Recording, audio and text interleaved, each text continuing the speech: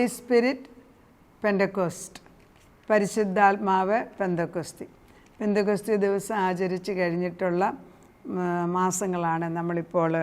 കഴിഞ്ഞ മാസം പെന്തക്കോസ്തി ആചരിച്ചു. പല പള്ളികളിലും വളരെ കാത്തിരിപ്പോടുകൂടി വളരെ മനോഹരമായി ശുശ്രൂഷ ചെയ്തു. പരിശുദ്ധാത്മാവ് വരാൻ വേണ്ടിയല്ല, പരിശുദ്ധാത്മാവുള്ള പരിശുദ്ധാത്മാവിനെ പഴയ നിയമത്തിൽ നിന്നും പുതിയ നിയമത്തിൽ നിന്നും വചനാടിസ്ഥാനത്തിൽ നമ്മളെ വീണ്ടും വീണ്ടും ഓർമ്മിപ്പിച്ച് ആത്മാവിനെ ബലപ്പെടുത്തുന്ന ശുശ്രൂഷയാണ്, സർവീസാണ് പള്ളികളിൽ നടത്തിയത്. വളരെ മനോഹരമായിട്ട് ചെയ്യുന്നത് ഞാൻ കണ്ടു. ആ ദിവസം നമ്മൾ പള്ളിയിൽ പോയിട്ടുള്ളവർക്കറിയാം എത്രയോ മണിക്കൂറുകളാണ് പരിശുദ്ധാത്മാവിനെക്കുറിച്ച് തന്നെ. പരിശുദ്ധാത്മാവ് തൃത്വത്തിൽ പിതാപുത്ര പരിശുദ്ധാത്മാവ്, പിതാവാം ദൈവം, പുത്രനാം ദൈവം, പരിശുദ്ധാത്മാവാം ദൈവം. ദൈവമാണ് പരിശുദ്ധാത്മാവ്. ദൈവം തമ്പുരാൻ തന്നെ, ഒരു ഇറ്റല്ല, ഒരു വ്യക്തിയാണ്. ദൈവത്തിൻ്റെ മൂന്ന് പേഴ്സണാലിറ്റിയിലുള്ള ഒരാളാണ് പരിശുദ്ധാത്മാവ്. നമ്മൾ ആ ബഹുമാനത്തോടും ആദരവോടും സ്നേഹത്തോടും കൂടെ സംസാരിക്കാൻ നമ്മൾ പഠിക്കണം. ഈ പെന്തക്കോസ്റ്റ് എന്ന് പറയുമ്പോൾ 50 ദിവസം ആഫ്റ്റർ ജീസസ് ക്രൈസ്റ്റ് റിസറക്ഷൻ, അതായത് ക്രിസ്തു ഉയർത്തെഴുന്നേറ്റ് കഴിഞ്ഞിട്ടുള്ള 50-ാം ദിവസമാണ് Pentecost. Penta means 50th day, 50 എന്നാണ് അതിൻ്റെ അർത്ഥം. അപ്പം ആദിഫലം, അതായത് ആദിഫലമായിട്ട് യഹൂദന്മാർ കറ്റയെടുക്കുമ്പം ആദിഫലം ദൈവത്തിന് കൊണ്ട് കൊടുക്കും. ആദിഫലത്തിൻ്റെ സെലിബ്രേഷനാണ് പെന്തക്കോസ്റ്റ് എന്ന് പറയുന്നത്. നമ്മളൊരു സ്ഥലത്ത് പോയി കൃഷി ചെയ്തു, ആദ്യ കറ്റ കൊണ്ട് പള്ളിക്ക് കൊടുക്കും, ആദിഫലം. അപ്പോൾ ഈ ആദ്യ കറ്റ എന്ന് പറഞ്ഞാൽ ആദ്യം എടുക്കുന്ന വിളവെടുക്കുന്ന കറ്റ ക്രിസ്തുവാണ്. ആദിഫലം ക്രിസ്തുവാണ്. കാരണം മരിച്ചവരിൽ നിന്ന് ജീവനോടെ ഉയർത്തെഴുന്നേറ്റ് പിതാവിൻ്റെ വലത്തുഭാഗത്ത് ചെന്ന് ആദം ചെയ്ത പാപത്തിന് പരിഹാരമായിട്ട് രണ്ടാമാദമായിട്ട് ക്രിസ്തു വന്ന് തൻ്റെ രക്തം കൊണ്ട് നമ്മളെ വീണ്ടെടുത്ത് കഴിഞ്ഞ് ഏൽപ്പിച്ച ജോലി, നമ്മുടെ പാപത്തെയും രോഗത്തെയും ശാപത്തെയും വഹിച്ച് കുഞ്ഞാടാകുന്ന ക്രിസ്തു കാൽവറി ക്രൂശിൽ തൻ്റെ രക്തത്താലെ നമ്മുടെ പാപത്തെ ക്ഷമിച്ച് നമുക്ക് വേണ്ടി ഇടിവിൽ നിന്ന് ജയമെടുത്ത് പിശാചിനെ തോൽപ്പിച്ച് അപ്പോഴാണ് മരിച്ചവർ ഉയർത്തെഴുന്നേൽക്കുന്നത്. ക്രിസ്തു ഉയർത്തെഴുന്നേൽക്കുന്നില്ല എങ്കിൽ നമ്മുടെ വിശ്വാസത്തിന് എന്ത് പ്രസക്തി? അതാണ്. അപ്പം ക്രിസ്തുവിൻ്റെ ക്രൂശ് മരണം ഉയർത്തെഴുന്നേൽപ്പിനെയാണ് നമ്മൾ കാണിക്കുന്നത്. കാരണം ഇന്നും ഒഴിഞ്ഞു കിടക്കുന്ന ഒരു ടൂമ്പ്, ഒഴിഞ്ഞു കിടക്കുന്ന ഒരു കല്ലറ യേശുവിൻ്റേത് മാത്രമാണ്. മറ്റുള്ളിടത്തൊക്കെ ഈ മരിച്ചവരുടെ റിലിക്സ് ഉണ്ട്, അല്ലെ അവരുടെ അടക്കുന്ന സ്ഥലമുണ്ട് എന്നൊക്കെ പറഞ്ഞു. യേശുവിൻ്റെ സ്ഥലത്ത് ചെല്ലുമ്പോൾ അവിടെ ഒന്നുമില്ല. കാരണം ഹീസ് റിസറക്റ്റഡ് ടോട്ടലി. അപ്പം നമ്മൾ ക്രിസ്തുവിൻ്റെ ആദി ഫലമാകുന്ന ക്രിസ്തു പെന്തക്കോസ്തിൽ ആണ് തുടങ്ങിയതെങ്കിൽ അത് 50th ഡേയിൽ പെന്തക്കോസ്തിൽ ക്രിസ്തു ഉയർത്തെഴുന്നേറ്റ് കഴിഞ്ഞപ്പോൾ ദൈവം പറഞ്ഞു, ക്രിസ്തു പോകുന്നതിന് മുമ്പേ പറഞ്ഞു, tarry in Jerusalem until you receive power from above. ഉയരത്തിൽ നിന്ന് അപ്പോസ്തലപ്രവൃത്തി 1:4 അത് വായിക്കാം. നിങ്ങൾ യെരുശലേമിൽ തന്നെ ഇരിക്കണം. എന്തിനാണ്? മുകളിൽ നിന്ന് ആത്മാവ് പകരുവണം. 1:4 ഇങ്ങനെയാണ്. അങ്ങനെ അവൻ അവരുമായി കൂടിയിരിക്കുമ്പോൾ അവരോട്, നിങ്ങൾ യെരുശലേമിൽ നിന്ന് വാങ്ങിപ്പോകാതെ എന്നോട് കേട്ട പിതാവിൻ്റെ വാഗ്ദത്തത്തിനായി കാത്തിരിക്കണം. യോഹന്നാൻ വെള്ളം കൊണ്ട് സ്നാനം കഴിപ്പിച്ചു, നിങ്ങൾക്കോ ഇനി ഏറെ നാൾ കഴിയുമ്പോൾ പരിശുദ്ധാത്മാവ് കൊണ്ട് സ്നാനം ലഭിക്കും എന്ന് കൽപ്പിച്ചു. അപ്പോൾ പരിശുദ്ധാത്മാവിൻ്റെ സ്നാനത്തിന് വേണ്ടി, അതായത് പരിശുദ്ധാത്മാ അഭിഷേകത്തിന് വേണ്ടി ടാറിയിൻ ജെറുസലേം, യെരുശലേമിൽ ഇരിക്കണം എന്നാണ് അപ്പോസ്തലപ്രവൃത്തി 1:4 നമ്മളെ പഠിപ്പിക്കുന്നത്. 1:8 വീണ്ടും പറയുന്നത് എന്താണ്? എന്നാൽ പരിശുദ്ധാത്മാവ് നിങ്ങളുടെ മേൽ വരുമ്പോൾ നിങ്ങൾ ശക്തി ലഭിച്ചിട്ട് യെരുശലേമിലും യഹൂദയിൽ എല്ലായിടത്തും ശമരിയയിലും ഭൂമിയുടെ അറ്റത്തോടും എൻ്റെ സാക്ഷികളാകുമെന്ന് പറഞ്ഞു. നിങ്ങളെല്ലായിടത്തും എൻ്റെ സാക്ഷി. യെരുശലേമിലാണ് തുടക്കം. അവിടുന്ന് അപ്പം എല്ലാവരും യെരുശലേമിൽ തന്നെ ഇരിക്കാനാണ് പറഞ്ഞത്. അങ്ങനെ ക്രിസ്തു എന്ത് പറഞ്ഞു? കർത്താവിൻ്റെ അസെൻഷൻ, ഉയർത്തെഴുന്നേറ്റ് പോകുന്നതിന് സമയത്ത് യേശു ശിഷ്യന്മാരോട് പറഞ്ഞ വാക്കുകളാണ് ഞാനിപ്പം പറഞ്ഞത്. അപ്പോൾ അവരതനുസരിച്ച് പെന്തക്കോസ്ത് ദിവസം വരെ അവർ വെയിറ്റ് ചെയ്യാണ്. എവിടെ? മർക്കോസിൻ്റെ മാളിക. അവരൊന്നിച്ചു കൂടിയപ്പോൾ എന്ത് സംഭവിച്ചു? ഇങ്ങനെയാണ് എഴുതിയിരിക്കുന്നത് 2-ാം അധ്യായത്തിൽ.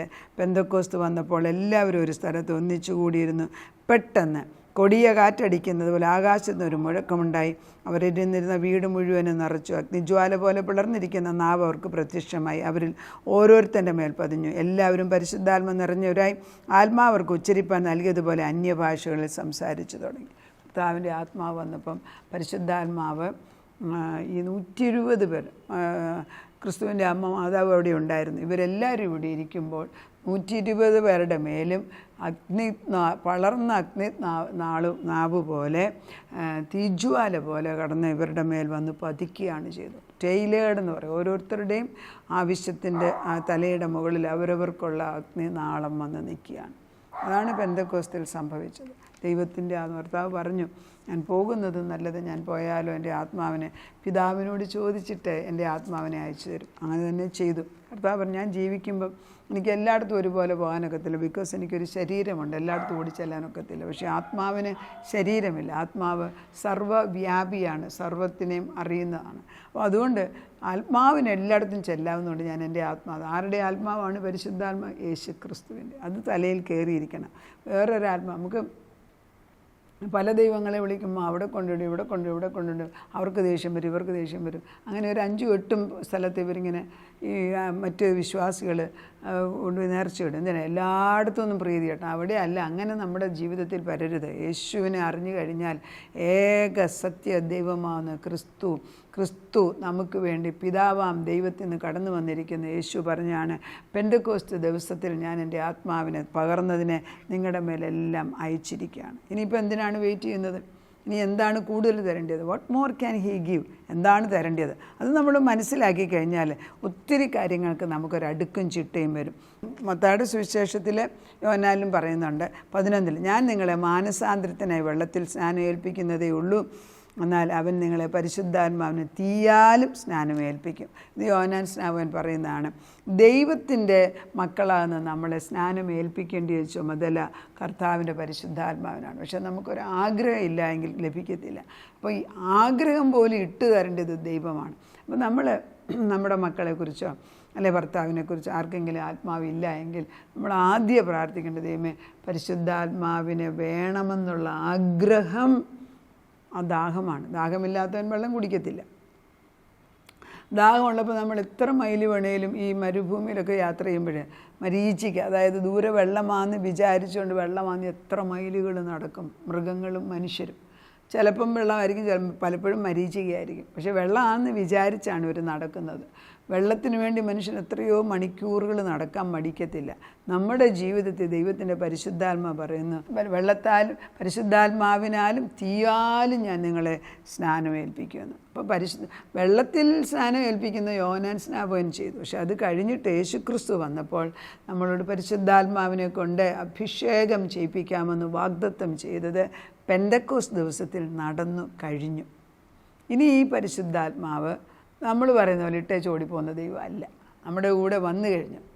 അത് നമ്മൾ ചിലരുടെ സ്വഭാവമില്ല. നമ്മളൊരു പ്രസൻറ്റ് കൊടുത്ത് വെച്ച് ദേഷ്യം വരുമ്പോൾ ഇങ്ങോട്ട് തിരിച്ചതാണ്, ഞാൻ തന്നെങ്കിൽ തിരിച്ചാൽ, ഞാൻ തന്നതല്ല എങ്കിൽ തിരിച്ചാന്ന് വിളിച്ച് പറയും. അതൊരിക്കലും ശരിയല്ല. ഒരിക്കലും കൊടുത്തത് കൊടുത്തു, അത് പിന്നെ നീ വാങ്ങിക്കാൻ പോകണ്ട, പോയത് പോട്ടെ, വേറെ തരും.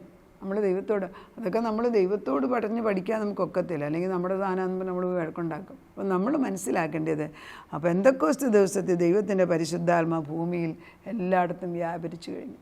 ഇനി നമ്മൾ വരണേ എന്ന് പ്രാർത്ഥിക്കുകയല്ല, ഉള്ള പരിശുദ്ധാത്മാവിനെ നമ്മുടെ ഉള്ളിലേക്ക് ആക്കിയിട്ട് പുതുജീവൻ പ്രാപിക്കണം, പുതിയ ജീവൻ. അതുകൊണ്ടാണ് അഭിഷേകത്തിന് വേണ്ടി കാത്തിരിപ്പ് എന്ന് പറയുന്നത്. കാത്തിരിക്കാതെ ഇത് കിട്ടത്തില്ല. ചുമ്മാതെ പോയി ശുശ്രൂഷ ചെയ്താൽ കിട്ടത്തില്ല. കാത്തിരിക്കുക.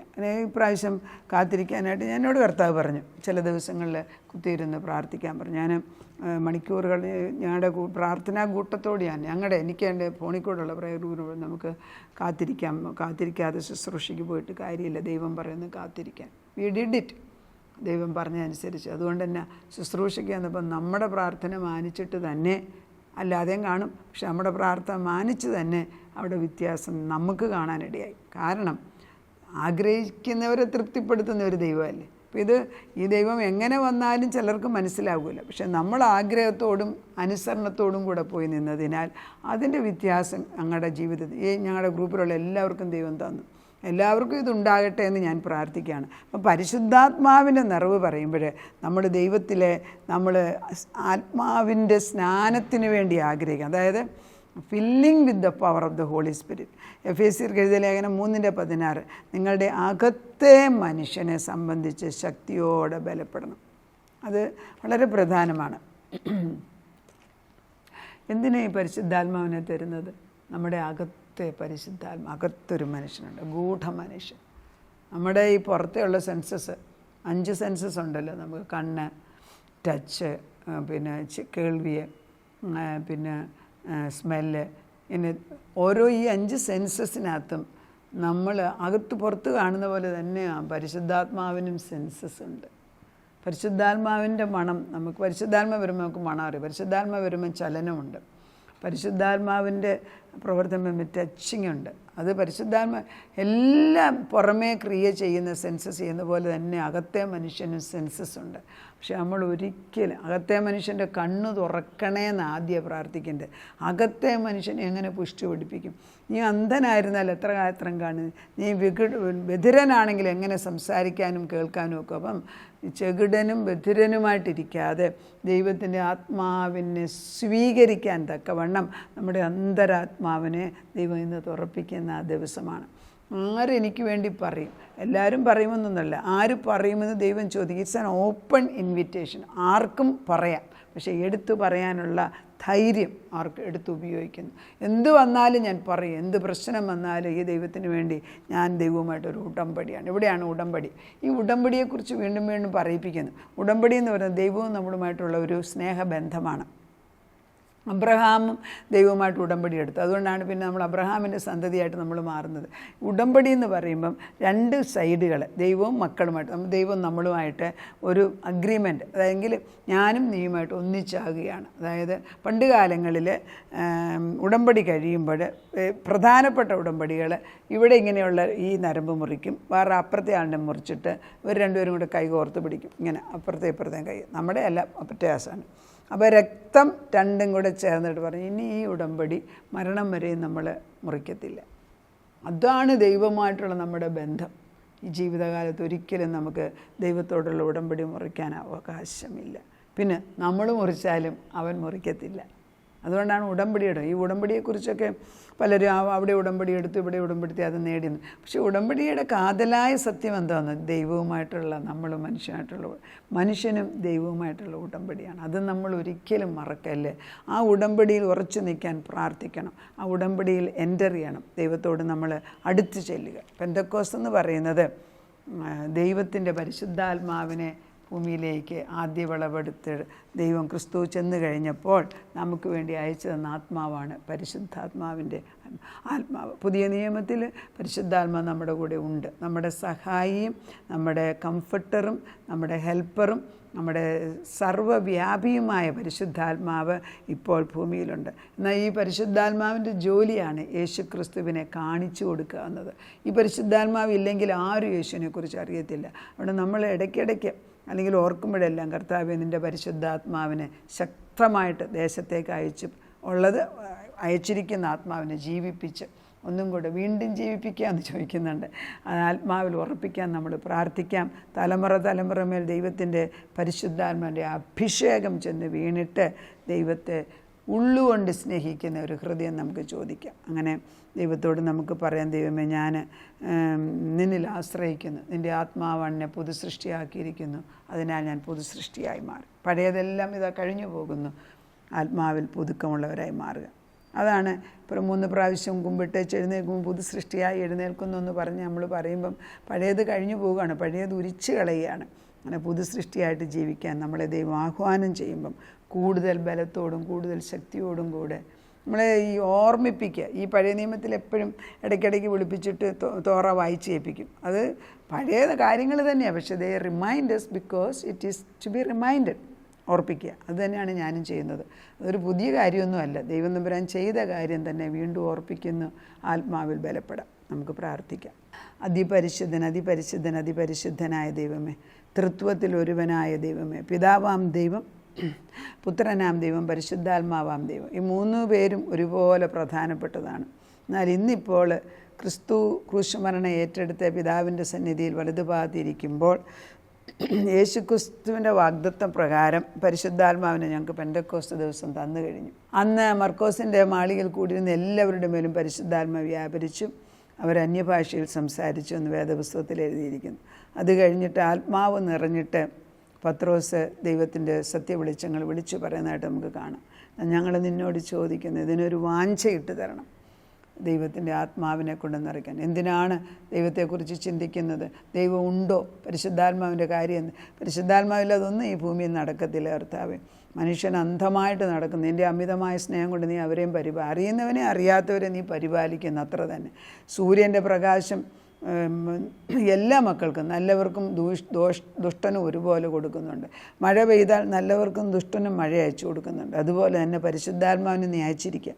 എന്നാൽ ഞങ്ങളുടെ ഹൃദയങ്ങളിൽ പൂർണ്ണമായിട്ടും പരിശുദ്ധാത്മാവ് വസിക്കുവാൻ ഞങ്ങളാകുന്ന പാത്രത്തെ ഒന്നും കൂടെ കഴുകി ശുദ്ധീകരിക്കണമേ.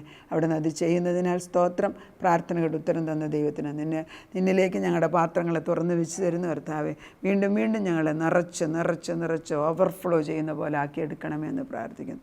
നിന്നിൽ നിന്ന് ശക്തി പ്രാപിച്ചിട്ട് മറ്റുള്ളവർക്ക് പകർന്നു കൊടുക്കാൻ ഞങ്ങളെ ദിനം പ്രതി നിറയ്ക്കുന്നതിന് നന്ദി പറയുന്നു. പ്രാർത്ഥനകളുടെ ഉത്തരം തന്ന ദൈവത്തിന് നന്ദി.